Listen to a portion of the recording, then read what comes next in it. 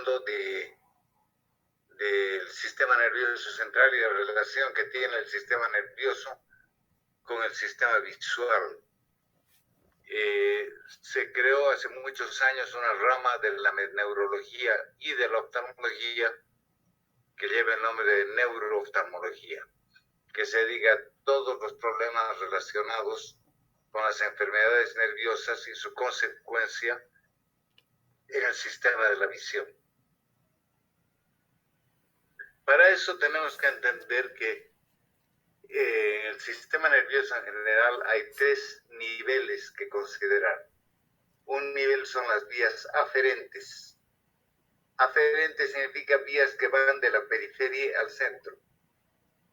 Un segundo nivel son las vías centrales y las vías asociativas, todo lo que significa el sistema nervioso central. Y otro tercer nivel son las vías de respuesta, o sea, las vías eferentes, esas vías que van del centro hacia la periferia. En el sistema visual, la vía aferente es el nervio óptico y todo lo que se llama la vía óptica. La vía óptica fue muy importante varios años atrás, digamos por lo menos 45 o 50 años atrás. Fue muy importante porque el neurólogo y especialmente el neurocirujano se podían permitir la posibilidad de ubicar una lesión expansiva intracraneana estudiando al campo visual. El campo visual es toda aquella superficie que tiene una forma que recuerda un oval, ligeramente ovalada, y que comprende a la visión periférica y a la visión central.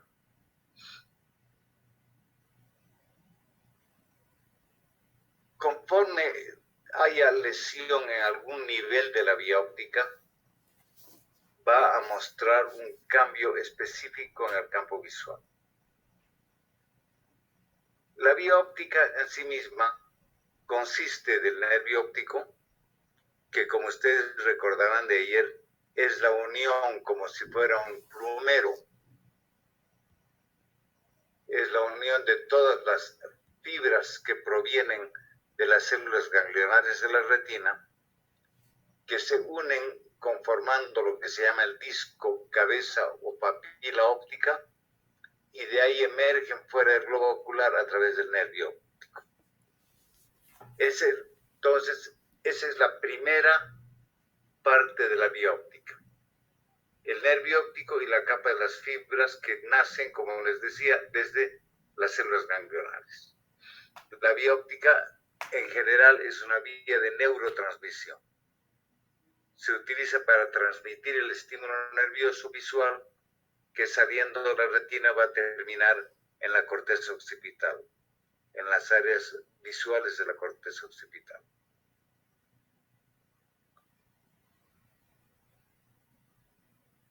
Los dos nervios ópticos, ya una vez salidos de la órbita, tienden a unirse en un sector que recibe el nombre de quiasma óptico. ¿Qué es el quiasma óptico? Es el cruzamiento de las fibras de origen nasal. ¿Qué significa eso? Fibras que se originan en la retina nasal y se cruzan al otro lado a través del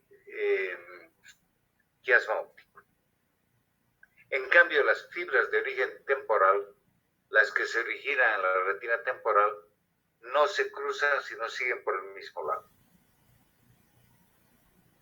A consecuencia de el cruzamiento de las fibras nasales en el quiasma, lo que nace a partir del cuerno posterior del quiasma óptico se llaman las cintillas ópticas o también llamadas bandeletas ópticas. Las cintillas o bandeletas ópticas ya llevan fibras que representan a la visión de ambos ojos. y va a cursar desde el quiasma óptico hasta un lugar de la base del cráneo donde aparecen unas prominencias que son prominencias de origen talámico, del tálamo, y reciben el nombre de cuerpos geniculados externos, porque hay unos cuerpos geniculados internos. Estos son los cuerpos geniculados externos.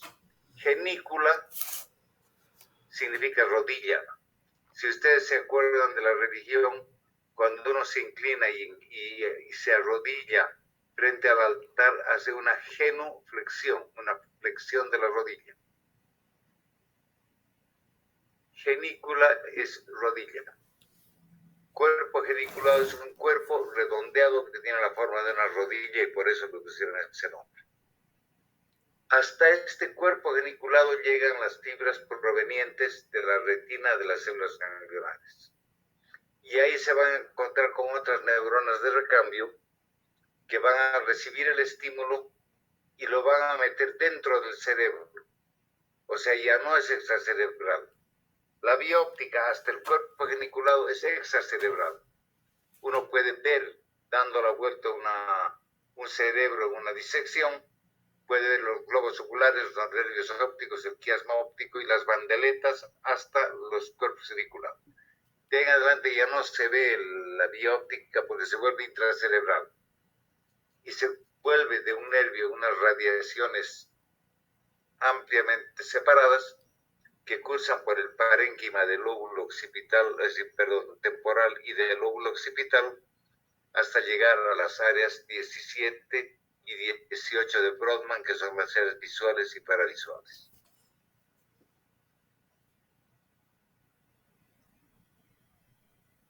Donde ya va a ser recibido el estímulo visual por las células de la corteza visual para entrar a los fenómenos asociativos, que son los fenómenos de conexión intercortical. O sea, toda la corteza cerebral está unida a una a otra a través de las vías córtico-corticales o llamadas también vías asociativas, en las cuales ya se sabe que radica la memoria.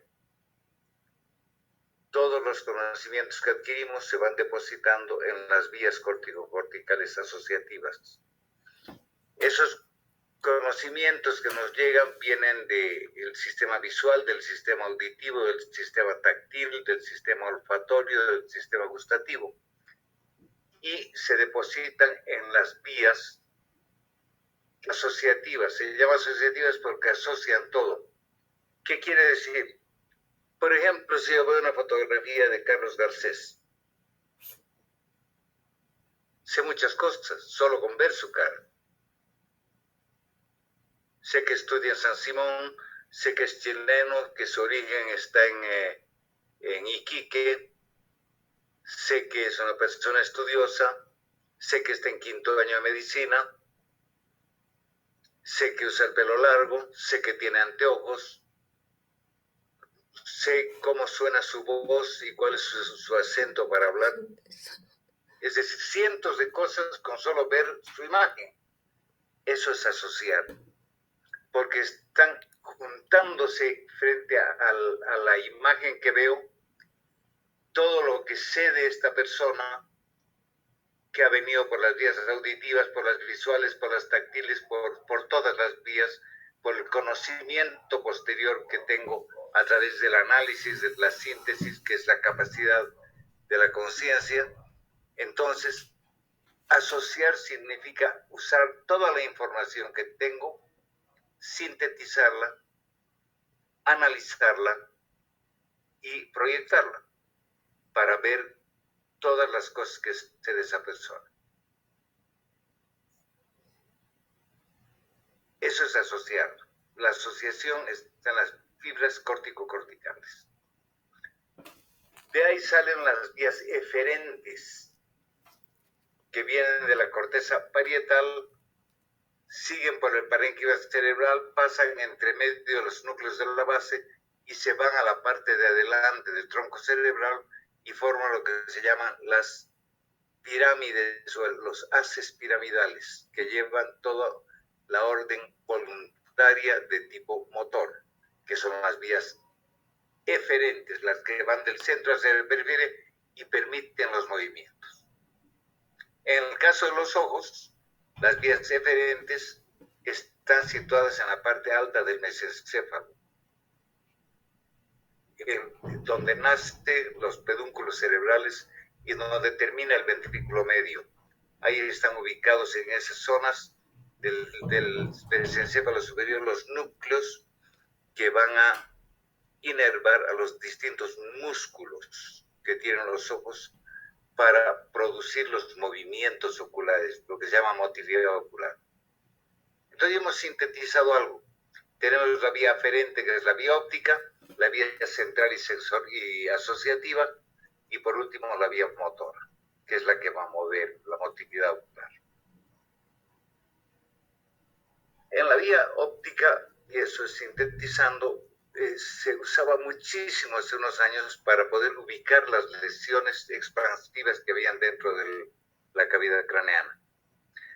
¿Por qué? Porque la vía óptica transcurre desde la parte de adelante, desde los ojos, hasta la parte de atrás de la corteza occipital y puede ser comprimida por lesiones expansivas en distintos niveles desde el trayecto de la vía óptica, produciendo lesiones del campo visual diferentes de acuerdo a dónde esté la compresión.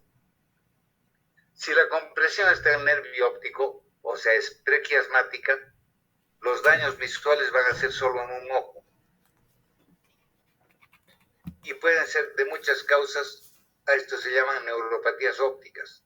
Puede ser inflamatoria, puede ser compresiva, puede ser isquémica, puede ser traumática. Neuropatías ópticas que solo afectan un ojo. El otro ojo no tiene problemas. Eso significa nervio óptico desde el punto de vista del campo visual. Si la lesión está en el quiasma, solo va a comprimir a las fibras que se están cruzando, que son las fibras que están originadas en las retinas nasales. Aquí hay que no confundirse, porque el campo visual es inverso a la retina estimulada. ¿Qué quiero decirles? La retina nasal mira el campo temporal. La retina temporal mira el campo nasal. La retina superior mira el campo inferior, la retina inferior mira el campo superior. O sea, cuando uno dibuja el campo visual y estoy dibujando una pérdida del campo en el sector temporal, significa sufrimiento de la retina nasal.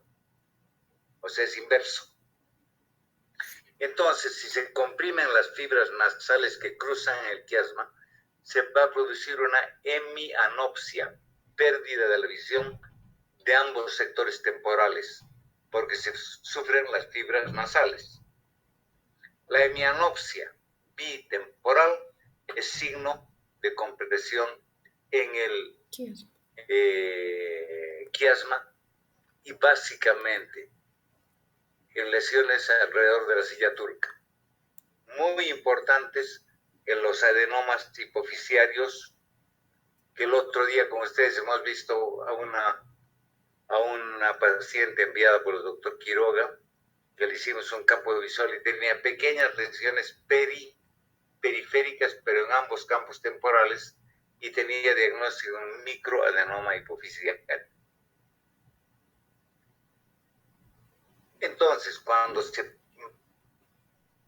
borran las dos mitades temporales, siempre pensamos en quiasma, en hipófisis o en cráneo faríngeo. Una vez que ya se han formado las fibras de las bandeletas, en la bandeleta tenemos, yendo juntas, las que corresponden al lado derecho. ¿Qué quiero decir? Las fibras de origen temporal que no se cruzaron del lado izquierdo y las fibras cruzadas nasales del lado derecho. O sea, ¿qué es lo que estamos llevando? La bandeleta está llevando la visión binocular de un lado, sea del lado derecho o sea del lado izquierdo. Y si se comprime a ese nivel, se va a producir una hemianopsia homónima, que si se perdieron las dos mitades derechas o las dos mitades izquierdas. A diferencia del quiasma, aquí es hemianopsia homónima, sea derecha o sea izquierda, que significa una compresión a nivel de la cintilla o bandeleta óptica. En cambio, cuando ya la compresión es intracerebral, donde están las radiaciones que nacen del cuerpo geniculado, que recibe el nombre de radiaciones ópticas de gratiolet, ya la masa expansiva no puede agarrar todas las fibras, se agarra solo una parte, sea la parte inferior o superior. Entonces lo que va a producir son cuadrantanopsias. Se pierde un cuadrante. El cuadrante, por ejemplo, superior derecho es homónima de ambos ojos, o inferior derecho, superior izquierdo, de acuerdo a dónde esté ubicada la masa en la región intracerebral. Y por último, cuando la lesión está a nivel del corteza visual, se ven escotomas enormes, centelleantes, con variabilidad. No se puede hablar de que sean unas hemianopsias perfectas, pero son de tendencia a la hemianopsia unilateral, pero con características de irregularidad propias de lo que significa la corteza. Como ven, esto era tremendamente útil hace 40 años y la neurooftalmología era tremendamente importante. ¿Por qué? Porque ayudaba a diagnosticar la ubicación de las lesiones. Desde que apareció la imagenología, me refiero a tomografía computarizada, a resonancia magnética, a ecografía de alta precisión, a angiografías con secuestro de imágenes computarizadas, o sea, todo esto que son el enorme desarrollo de la imagenología. El neurólogo, el neurocirujano ya no pide campo visual, pide una tomografía que va a mostrar la lesión, su tamaño, su ubicación, todo perfectamente a través de ese examen. Y eso hizo que la neurooftalmología, que se basaba en el estudio de la bióptica, perdiera cada vez más importancia. Hoy mismo sigue usándose, como han visto ustedes en el campo de esa niña que pidieron, de esa señorita joven que pidieron, pero se usa mucho menos. Porque la imagenología ha cubierto de mucho mejor manera, aunque es más cara. Y hay gente que dice que el campo visual es la tomografía de los pobres, porque cuesta mucho menos y permite ubicar la lesión, aunque no con la precisión y perfección de una tomografía o una resonancia.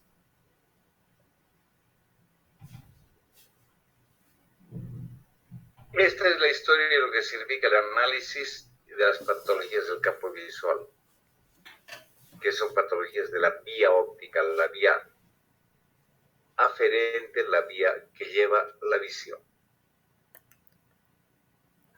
Las patologías del sistema central y asociativo son generalmente debidas a accidentes cerebrovasculares isquémicos o hemorrágicos y van a producir agnosias visuales, auditivas, afasias, parálisis de tipo hemipléjico. Y si esa afectación ha producido un infarto del lóbulo occipital, pérdida total y completa de la mitad de la visión de los dos ojos.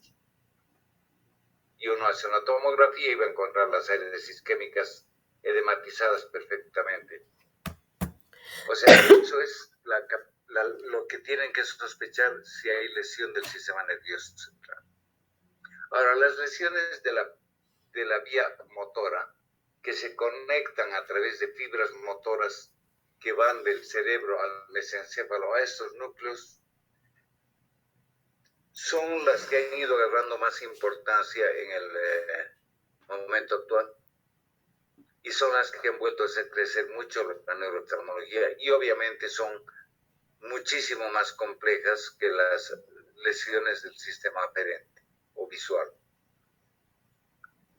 Para comenzar, hablando de motilidad ocular, tenemos que ver que la motilidad ocular, y esto puedo preguntarles, porque es una cosa que un médico general debe saber.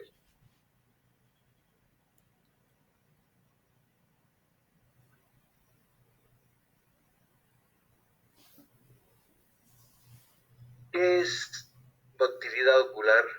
Es la capacidad que tienen los ojos de moverse. La motilidad ocular puede ser motilidad intraocular, llamada también motilidad intrínseca, y motilidad extraocular, llamada también motilidad extrínseca. ¿Cuál es la diferencia? La motilidad intrínseca o intraocular son los movimientos que se producen dentro del globo ocular. Y son tres. A esto puedo preguntarles. ¿En qué consiste la motilidad intraocular? En tres movimientos. Uno es miosis, o sea que la pupila se achica. Y eso está inervado por el parasimpático. O sea, tomen nota. Miosis igual parasimpático. El segundo es midriasis, que las pupilas se agrandan.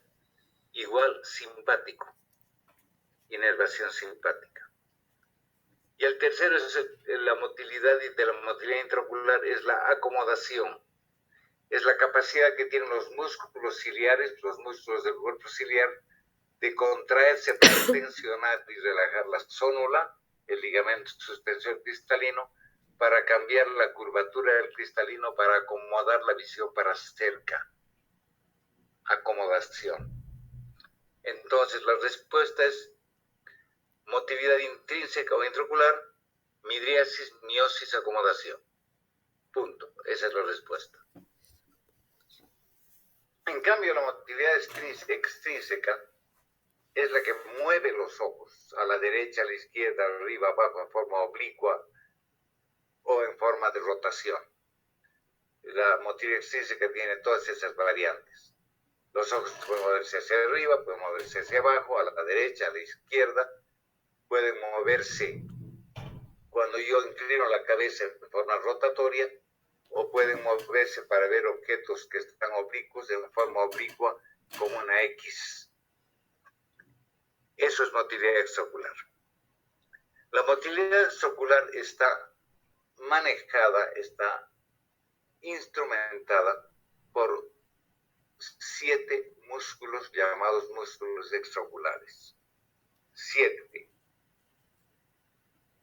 Para recordarles: músculo recto medio, músculo recto lateral, músculo recto superior, músculo recto inferior, músculo oblicuo mayor, músculo oblicuo menor y elevador del párpado superior.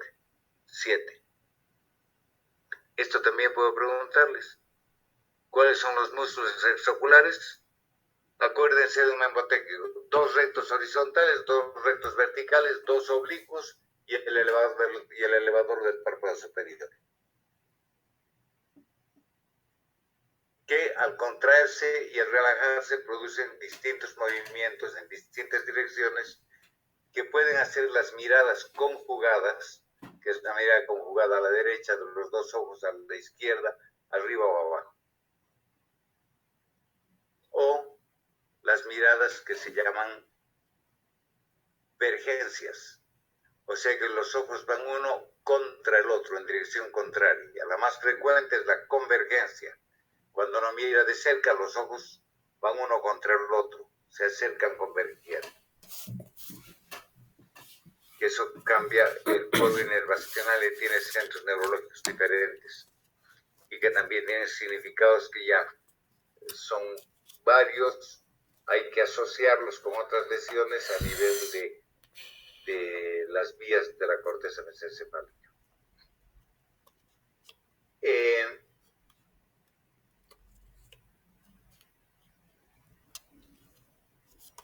Estos 7 músculos están inervados por 3 nervios craneanos.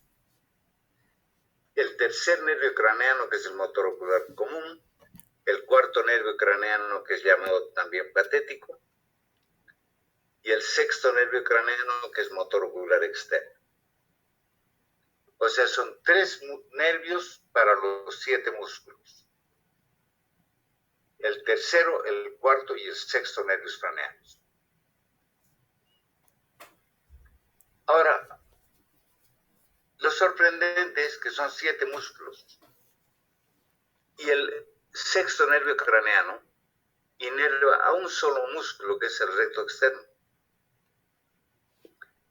El cuarto nervio craneano inerva a un solo músculo, que es el oblicuo superior.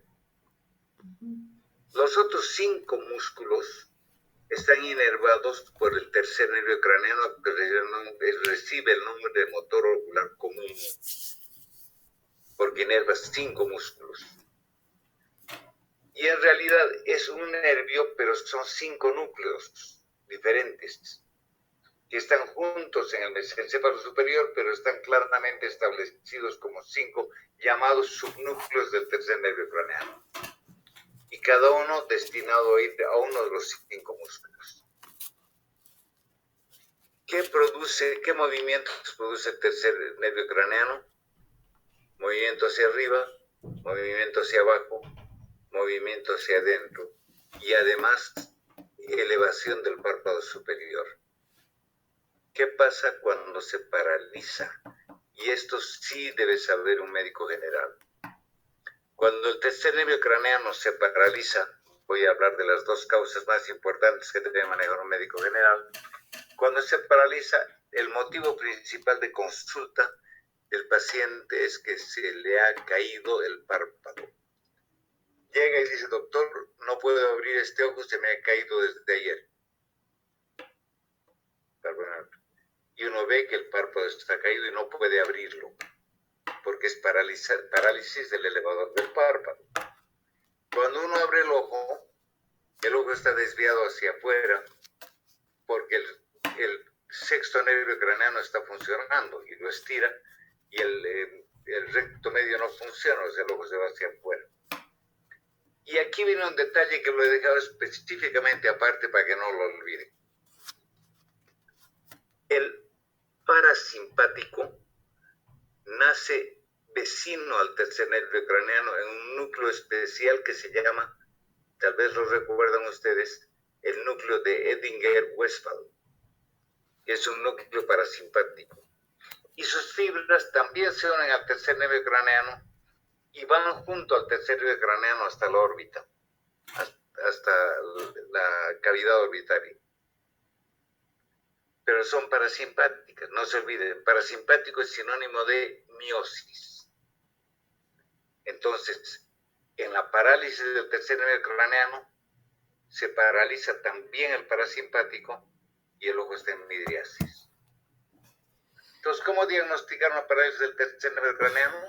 Midriasis. Ptosis palpebral, desviación divergente y midriasis paralítica. 3.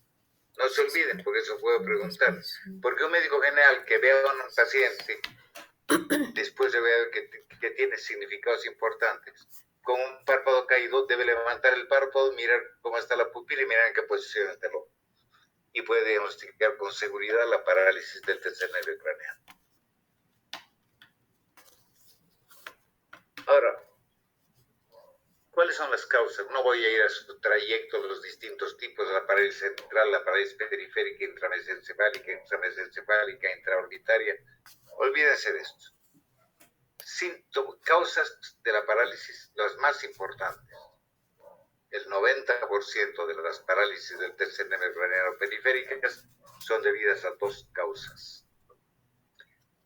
En persona joven, por eso es que hay que tener clínica. En persona joven, aneurisma del polígono de Willis. ¿Se acuerdan de que el polígono círculo de Willis está formado por la arteria basilar y las 2 carótidas y que tiene las cerebrales anteriores, posteriores y las comunicantes? Debajo de este círculo, que es el que abastece de nutrición a todo el encéfalo, pegado debajo de este círculo, atraviesa el tercer nervio craneano cuando se va hacia la órbita. Y si se produce un aneurisma, lo comprime. Entonces, el aneurisma es típico de gente joven, muy frecuente en la comunicante posterior del polígono de Willis o del círculo de Willis. Se acompaña de cefalea, se acompaña a veces de meningismo, se presenta en personas jóvenes y es riesgo importante de muerte súbita. Yo me acuerdo de la primera vez que vi un caso, no había visto nunca un caso de parálisis por aneurisma, que estaba trabajando en la posta central de Santiago, en Chile, hace muchísimos años. Y llegó una niña, una joven de 23 años, con parálisis de tercer nervio craneano, con ligero meningismo, con cefalea intensa y con compromiso un poco del estado general. Lo vi con uno de los médicos de emergencia en ese momento. Sospechábamos parálisis por aneurisma, y la posta central de Santiago era y sigue siendo un hospital enorme, completo, lleno de, que tiene toda la especialidad. Entonces llamamos a neurología y mandamos por el ascensor al 8º piso a la chica, al departamento de neurología. En el ascensor se murió. No me olvido de este caso por ese hecho, y les cuento el caso, aunque sea muy antiguo, para que se den cuenta del enorme riesgo que tiene y de que hay que derivar sobre neurología de inmediato. Antes se hacían cirugías muy complejas para entrar por craniotomías hasta la zona del aneurisma. Hoy se trabaja por vía endovascular y se colocan stents que bloquean la pared y anulan el aneurisma, y son tratamientos más rápidos y que salvan muchas vidas. Joven, cefalea, compromiso de estado general, a veces meningismo. El meningismo es rigidez de la nuca que se debe a que ha comenzado a sangrar el aneurisma a veces. La otra causa, muy frecuente, y que probablemente algunos de ustedes han visto durante esta rotación, normalmente llegan pacientes con parálisis del tercer nervio craneano, pacientes mayores de 60 o 65 años de edad, con antecedentes, en su mayor parte, de diabetes mellitus crónica, y que se produce ptosis palpebral con todo el cuadro igual, pero que no tiene riesgo. Hay que estar seguro de que es por diabetes. No está de más hacer una tomografía de contraste, pero este caso es autolimitado y se cura solo. Se debe a microangiopatías en las arterias que nutren al nervio. Esas arterias se llaman vasa nervorum, arterias, venas que nutren al nervio. Ahí se produce una oclusión, una isquemia, y se produce una parálisis isquémica por diabetes del tercer nervio, que en el 100% de los casos va a pasar sola en el curso de 2 o 3 meses. Que lo que hay que hacer es enviarlo a un endocrinólogo, hacerle un buen tratamiento de su diabetes, equilibrarlo, darle un placebo como el complejo B para tranquilizarlo. El complejo B en inyecciones tranquiliza mucho al paciente y también tranquiliza al médico que le está dando algo. Y esperar, porque va a pasar y pasa solo. Esto es hablar del tercer nervio craneano, que es muy frecuente.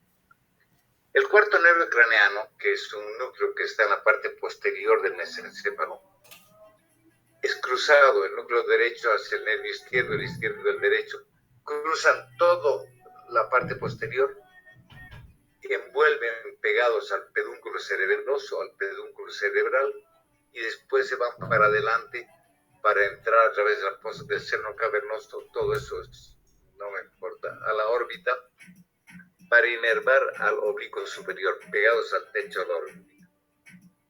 No tienen ninguna posibilidad de ser comprimidos y los problemas vasculares son prácticamente inexistentes. La única causa es trauma. TEC, traumatismo encefalocraneano, es la causa más importante de parálisis del nervio patético, o llamado también cuarto nervio craneano. Es trauma. ¿Y qué produce? El oblicuo es un músculo que sale del vértice de la órbita, va al reborde orbitario, atraviesa la polea o tróclea y de ahí se refleja para ir al ojo, a la parte posterior. Miren mi mano. Si va primero adelante, se refleja y viene aquí. Cuando se contrae, lleva el ojo para abajo y lo hace torcer. El oblicuo inferior lleva el ojo abajo, es depresor y es intorsor y lo tuerce hacia adentro.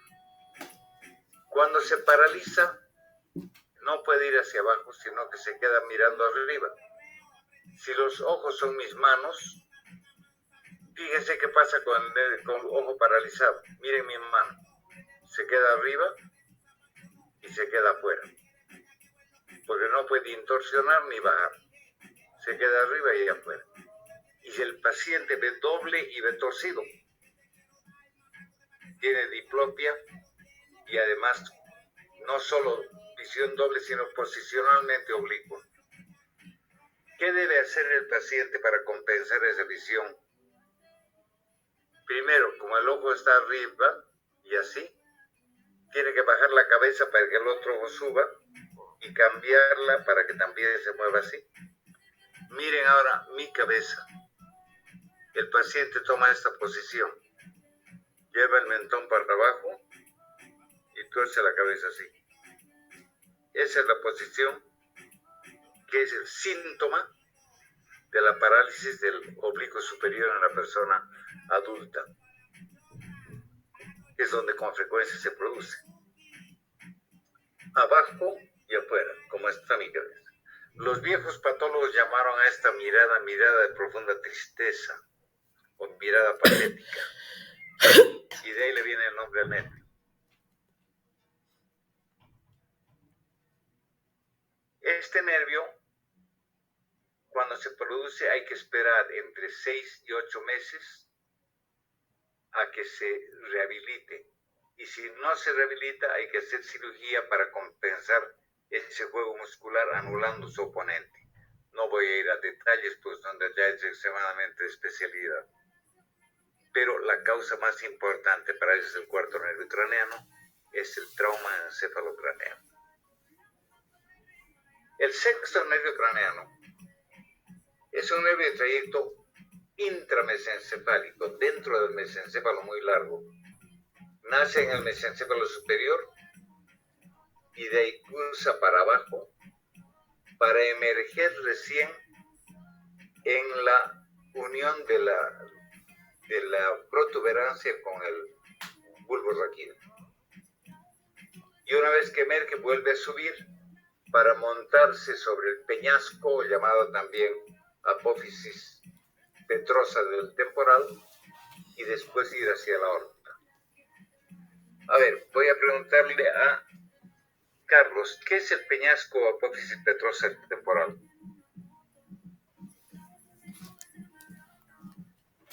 Doctor, ¿por qué me pregunta a mí? Pregúntale a Jimena. Es que quiero respuestas.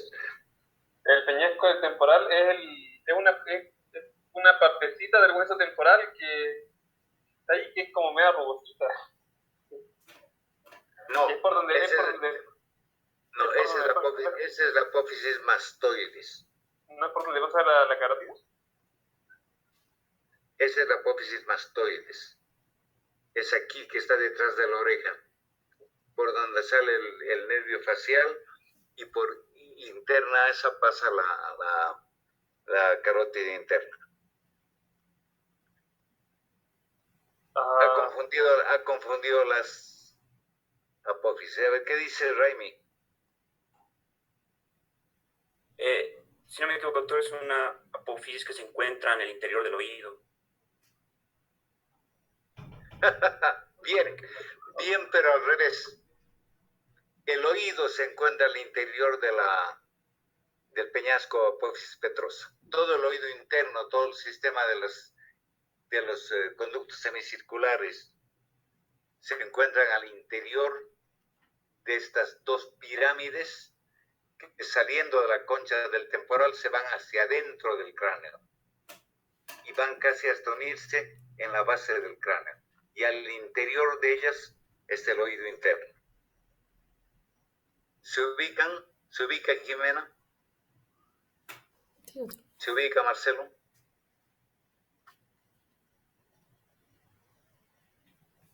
Uy, Jessica está esperando hace rato, pero no la vi. ¿Ya se ubicó, Carlos?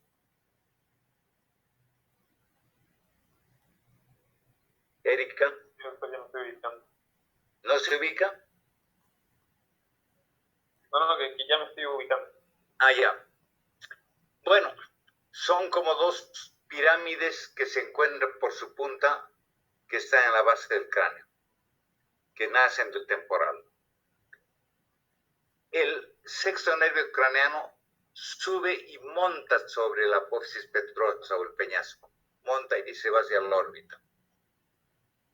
Cuando hay hipertensión intracraneana, el cerebro es empujado para abajo por la presión. Por eso, que ustedes deben saber, está contraindicado en forma absoluta hacer punción lumbar en pacientes que se sospecha hipertensión intracraneana. Porque al hacer punción lumbar y sacar el líquido cefalorraquídeo, disminuye la presión inferior y el cerebro puede enclavarse y enclavar las amígdalas y producir muerte súbita. Por eso es importante para el médico general sospechar hipertensión intracraneana. Bueno, al cerebro estar empujado hacia abajo, el sexto nervio que está montando al peñasco se comprime contra el peñasco, contra la apófisis petrosa y se paraliza. ¿Qué estoy diciéndoles? La causa más importante de parálisis del sexto nervio craneano es hipertensión intracraneana de cualquier causa. Por tumores, por fenómenos infecciosos inflamatorios, por trastornos de filtración de líquido cefalorraquídeo, por parasitosis intracerebral, no importa. La hipertensión intracraneana es la causa más importante de parálisis del sexto nervio craneano. ¿Cuál es su síntoma? Que el ojo se va para adentro hacia la nariz, porque el sexto es abducen, lleva afuera. Se paraliza y el ojo se va para adentro y no puede moverse en esa dirección. Cuando diagnostiquen una parálisis del sexto nervio, hay que pensar en hipertensión intracraneana y sospechar con ese único signo. Ahora, los signos para sospechar seriamente una hipertensión intracraneana, signos o síntomas son 4, que todo médico general debe conocerlos, todos. El primero es cefalea intensa. El segundo, Sangrado. vómitos explosivos, o sea, vómitos no precedidos por náuseas. El tercero, edema de papila. Y el cuarto, parálisis del sexto nervio craneano. Hasta ahí vamos a llegar a la parte de neuro. He tratado de simplificar mucho porque, como ustedes se han dado cuenta que eso poco esto da para explicar y discutir en detalle tiempo. Antes de pasar a 4 bases del estrabismo, ¿qué le pareció esta clase, Jimena?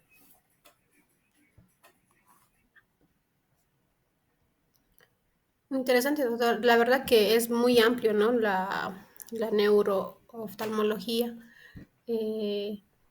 Nos lo has explicado muy fácilmente, doctor. Me ha gustado. Gracias. ¿Qué dice Raimi? De hecho, doctor, me ha ayudado bastante para aclarar muchas dudas que tenía, entonces me ha servido bastante. Bien. Jessica. Doctor, buenas tardes. Sí, me pareció, no pude ingresar desde el inicio, pero... Me di cuenta. Sí, doctor, te lo bloqueé y todo eso, pero lo que pude escuchar, pues la verdad está muy interesante, creo que aclaró esto de los 4 signos, no lo sabía el cuarto, sabía sobre la triada de la hipertensión, pero el cuarto creo que es algo muy importante. Sobre todo niños. ¿Qué dice Erika? Igual comparto con mis compañeros, son cosas que hemos tocado ya antes en anteriores materias, pero ahora más enfocado a la oftalmología, siendo, no sé, de alguna forma la enseñanza un poco más compacta, ¿no? En todas las áreas. Entonces, eso. Muy bien. ¿Qué dice Carlos?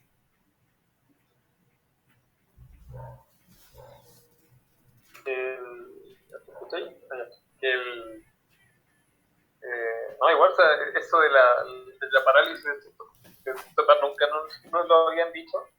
Y en ningún rote, ni siquiera en el de neuro, nos hablan acerca de parálisis, ¿verdad? Y preguntarle por dónde pasaba, por arriba de ti, pasaba, como cursando a través ¿El sexto nervio? Sí, porque no entendí muy bien. ¿El sexto nervio? ¿Con qué se comprime y contra qué se comprime? ¿El peñasco contra qué? El peñasco es un hueso. Sí. El sexto nervio, ¿no? El sexto sube, mire mi mano, y monta encima. Si el cerebro se empujó para abajo, estira y lo comprime contra el peñasco y lo paraliza. Eso es lo que no había entendido. Bien. ¿Qué dice Erika?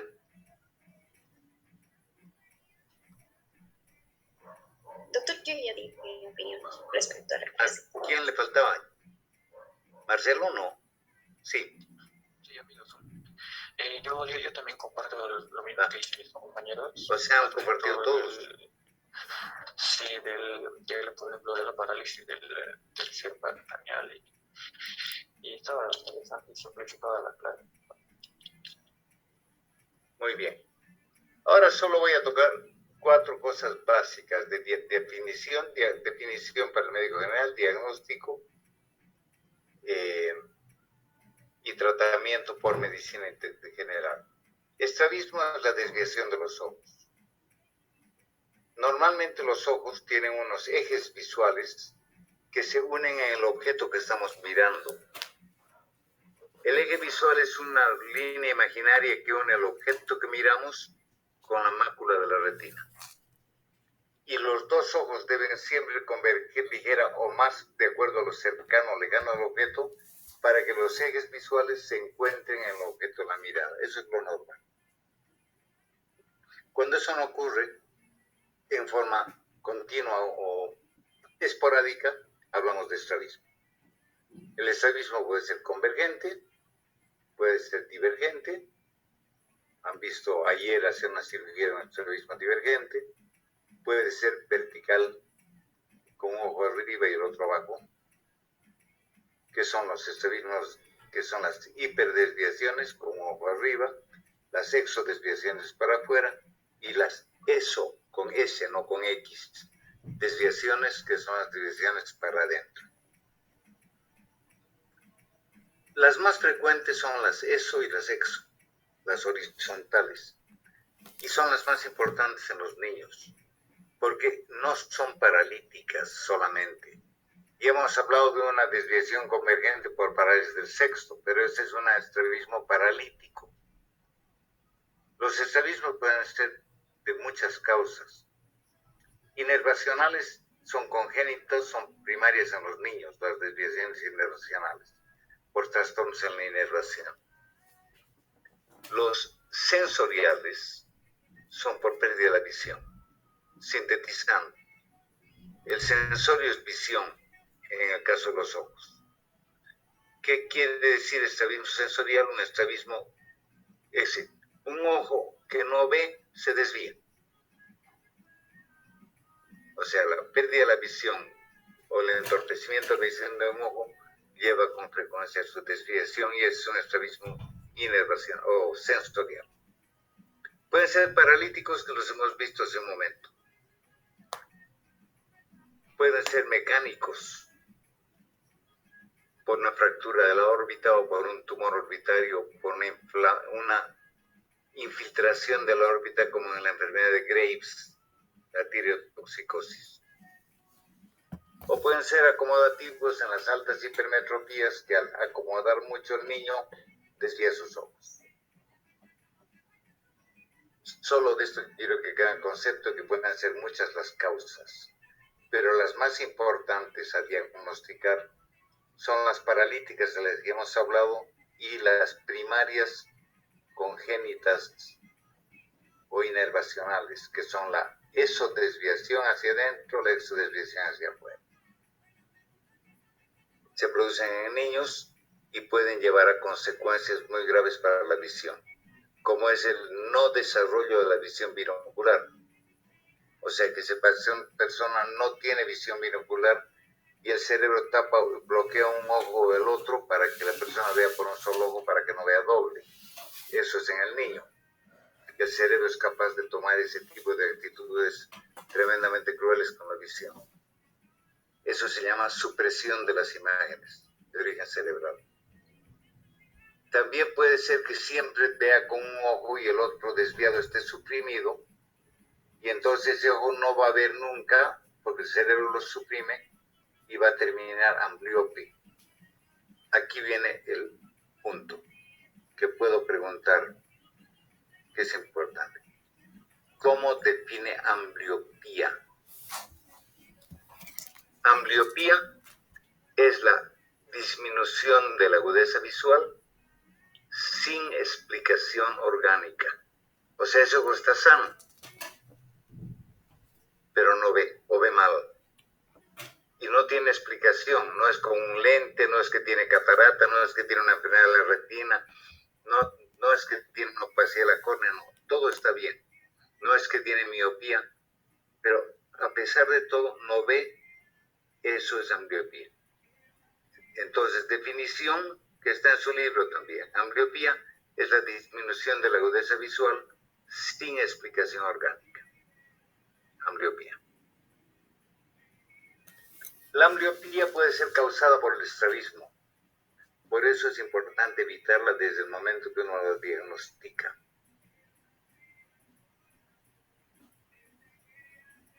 Y además se produce otro fenómeno que es más difícil de entender, pero que hay que saberlo.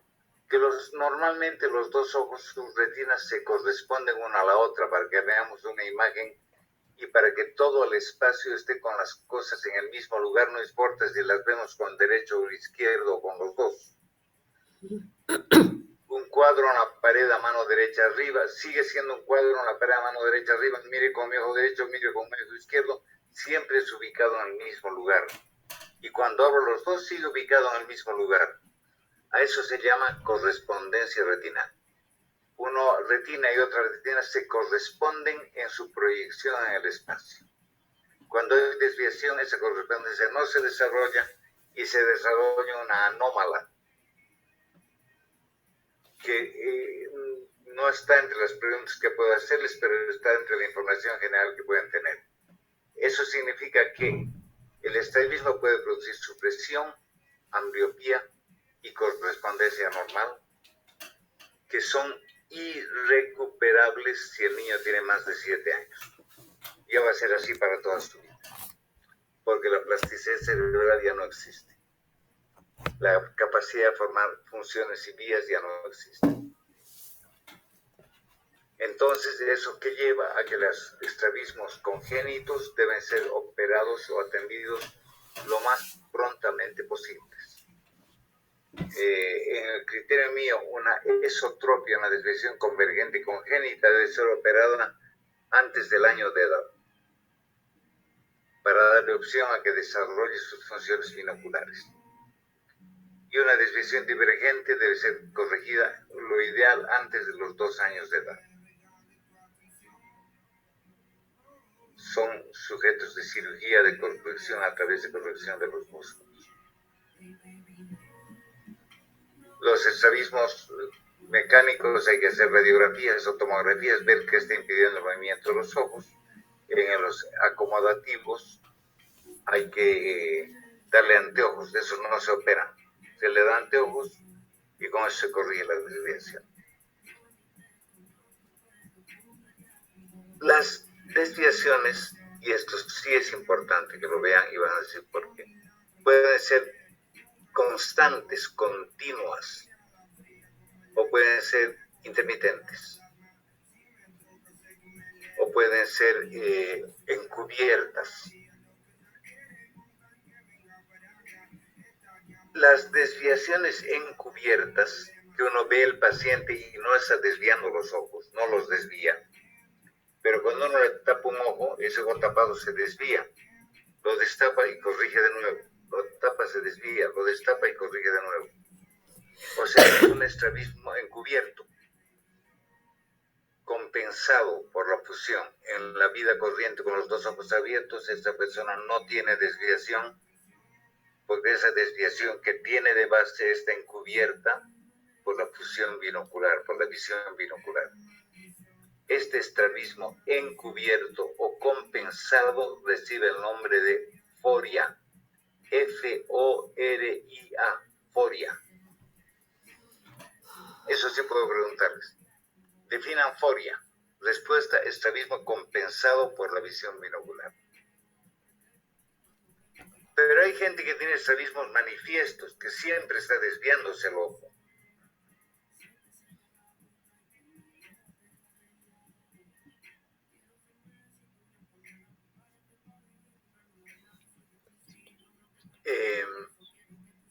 Para entenderlo en términos graciosos, raros, son pacientes que cuando van a comer un silpancho al prado, con un ojo miran su plato y con otro vigilan al perro. Están desviados, constantemente, pegados o afuera o arriba, están desviados. Y cuando uno mira con los dos ojos abiertos, ve la desviación. A través de lo que me han visto hacer o han debido de los residentes desde Hirschberg, iluminar y mirar los reflejos de la luz en la córnea. Si los reflejos están en el mismo sitio, centrados, no hay estrabismo manifiesto. Si no están y en un ojo el reflejo está en el centro y en el otro está en un lado, el que sea, hay desviación manifiesta. Además que uno puede tapar los ojos y los tapa en forma alternante y los ojos comienzan a moverse los dos en corrección. Ese estrabismo manifiesto descompensado recibe el nombre de tropia, T-R-O-P-I-A, tropia. ¿Cuál es la pregunta? Defina foria y defina tropia. Foria, estrabismo compensado por la fusión; tropia, estrabismo descompensado. Otra pregunta, ¿es ambliopía? Ambliopía es la disminución visual sin explicación orgánica.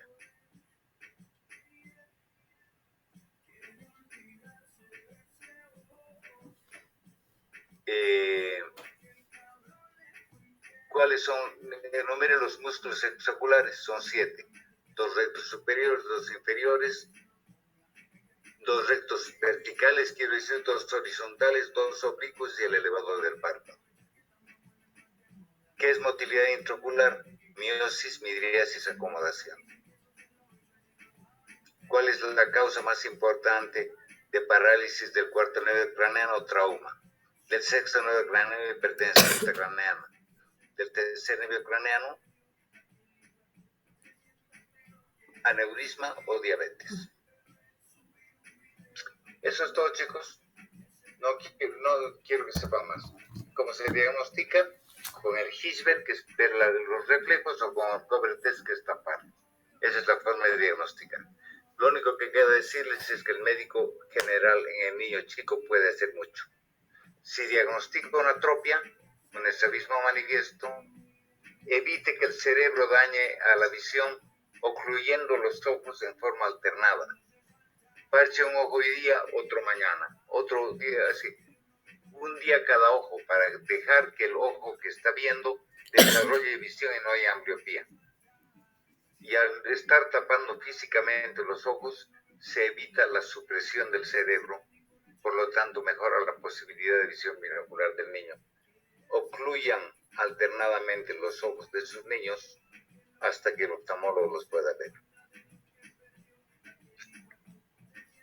¿Alguna pregunta o comentario de esta última parte de estrabismo?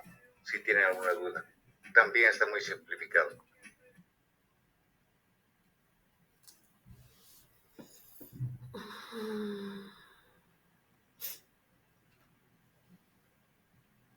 Ok. Doctor, no sé si nos podría aclarar un poquito la parte de cuáles se corrigen con lente y cuáles tiene que ser cirugía inmediata antes de los 2 años. Los de cirugía inmediata son los estrabismos inervacionales congénitos. Los que se corrigen con lentes son los acomodativos de la alta hipermetropía. Son los únicos que se corrigen con lentes. Los otros se corrigen una catarata operando la catarata, si es sensorial. Si hay una fractura, corrigiendo la fractura de la órbita. Si es mecánico, hay que buscar la causa primero y después tratarla. No sé si le he contestado. Sí, sí, doctor, gracias. Bien. ¿Alguna otra duda?